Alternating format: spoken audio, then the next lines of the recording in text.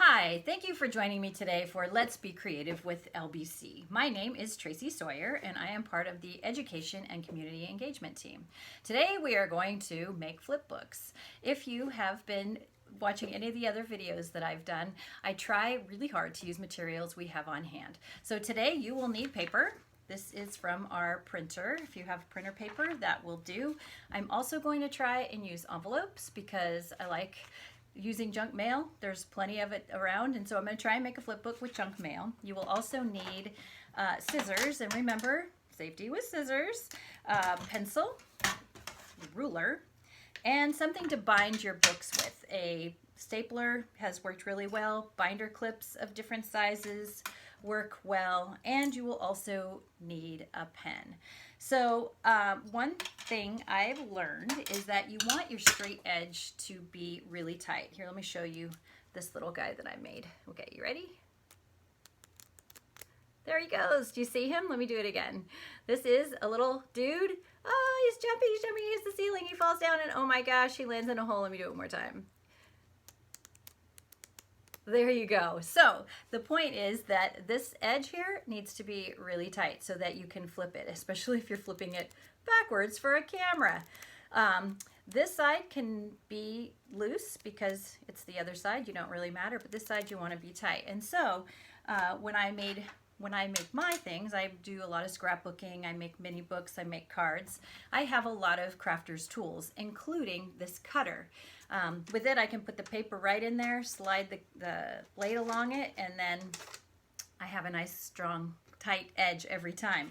However, you may not have that kind of thing at your house. So if you don't, it will work perfectly fine for you to use a ruler and a pencil and scissors to mark your lines and cut them. And that's how I will show you how to do it. Let's get started.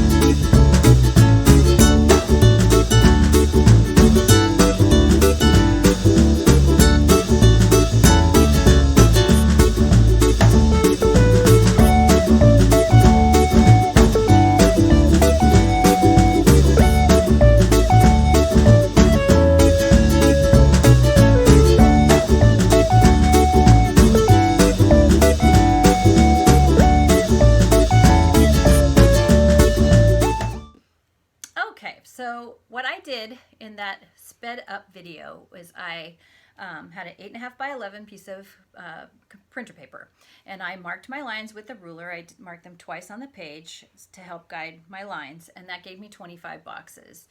And then I drew the picture in each of the 25 boxes. First there was dirt, and then there was a stem, and then there was a leaf, and then there was another leaf, and then there was a petal, and so on. And the little bee comes along and lands on it, and then the little bee flies away. I drew all the pictures first, and then I cut the boxes, cut the squares, and then I ordered them, and then I bound them with a paper clip. As I was testing it to see how the flips work, I was a little vigorous, and they popped out of my binder clip. So a binder clip works great. It's best maybe temporarily. I ended up stapling it, which held it much better. But the point being is you might want to number the back of your picture, the back of the squares as you go, so that if you do have to put them back in order, you have them in sequence and you don't have to figure out what you drew again. So let me show you how I did that. This is the little book I made just now with you in fast motion. I gave it a little jacket. I think I'll put a button here and a button here and maybe a little twine so it has a little binding on it just to spruce it up. So let's see if I can show you how this goes.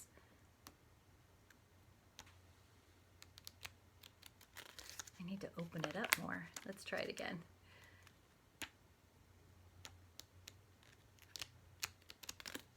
And you see how the little bee came along and landed on the leaf, and then whoop, there it went.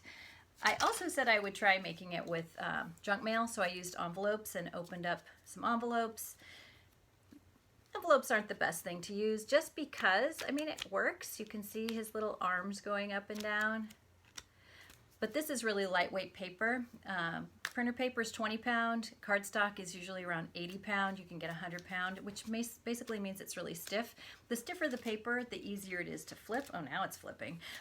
So anyway, I think you get the idea. I hope that you will try your hand at a little flip book. Small is better because it gives you more tightness in the paper. That might have helped when I did this if I had made it smaller. And then see what you can make.